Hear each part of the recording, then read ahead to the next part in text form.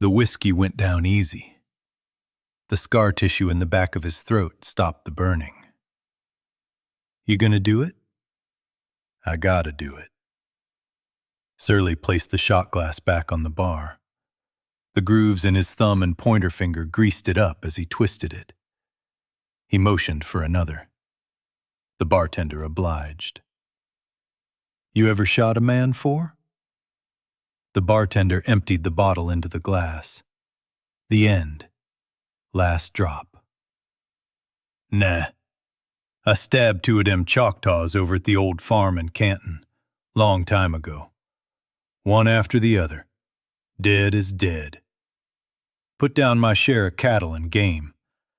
That's it. So you never drew on a man for either? Nah.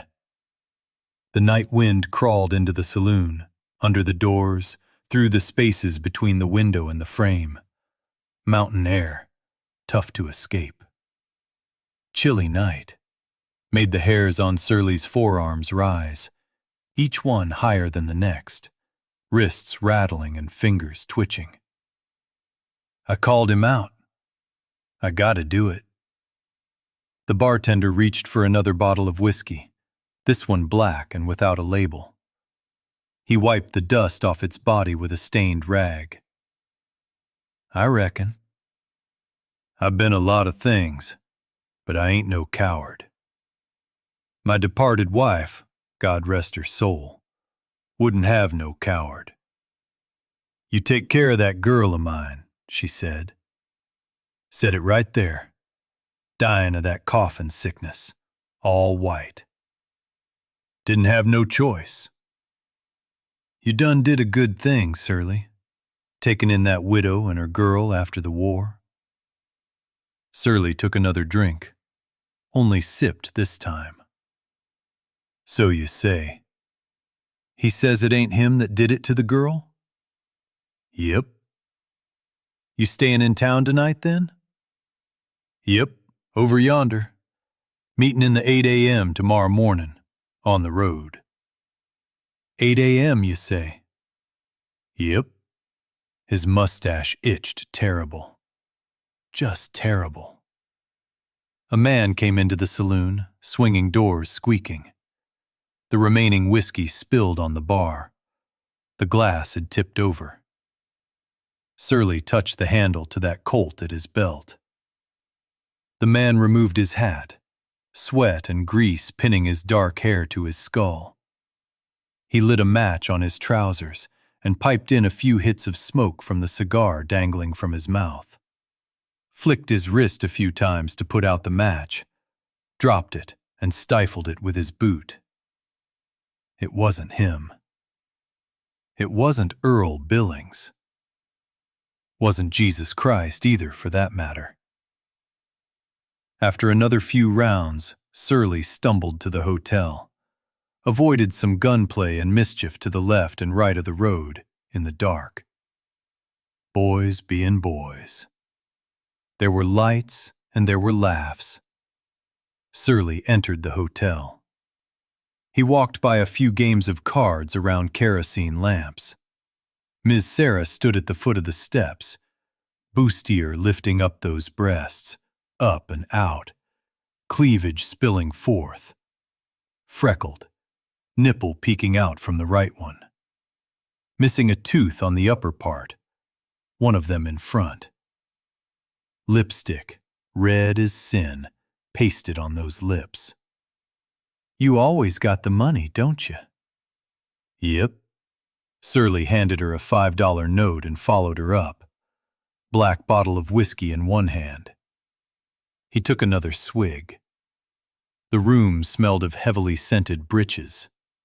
Surly sat, more half laid on that sofa, the one with the sheet covering it, dotted with stains. He undid his suspenders and pulled his trousers down to his boots. Miss Sarah kneeled up next to him, exposed her breasts, and took his pecker in her hand, rubbing it like life itself might be found within. You thinking this be your last night and all, Surly? Good chance. Nothing happened. just hurt. Surly took her hand away from it. Damn thing. Happens to y'all. Don't fret about it. You're getting on in years, Surly. Your thicket's even getting gray.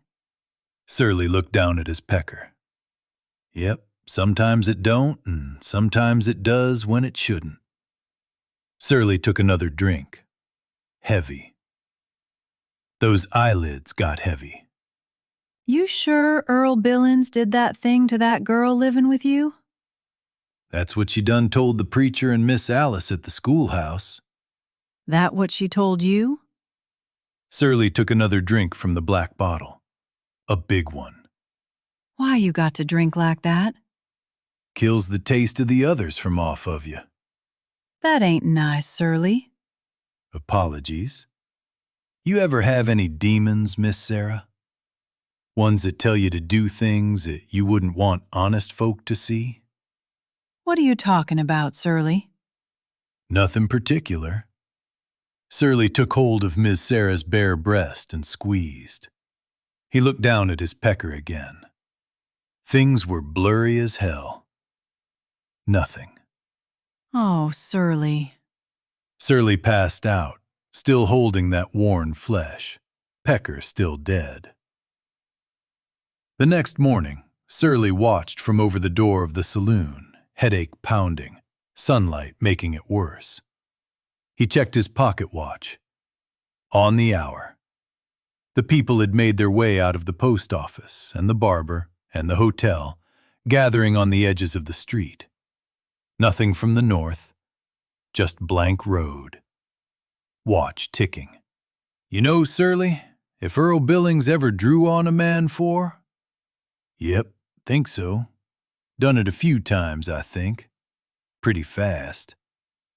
They were waiting, all of them. Surly looked down at the colt. You best go out there. Yep. Surly walked out into the sunlight. The morning dew kept the dust from fleeing upward in the dirt. He stopped in the middle of the road, eyes to the north. Nothing. Just nothing and rolling hills. Surly stayed like that for a while, just staring ahead. People cleared their throats and knocked their boots clean. He checked his watch. 10 after the hour. The bartender came up behind him from the saloon with his own watch dangling. He's yella. A coward. Surly didn't say nothing, just kept looking. Distance ebbed and flowed in his blurry vision.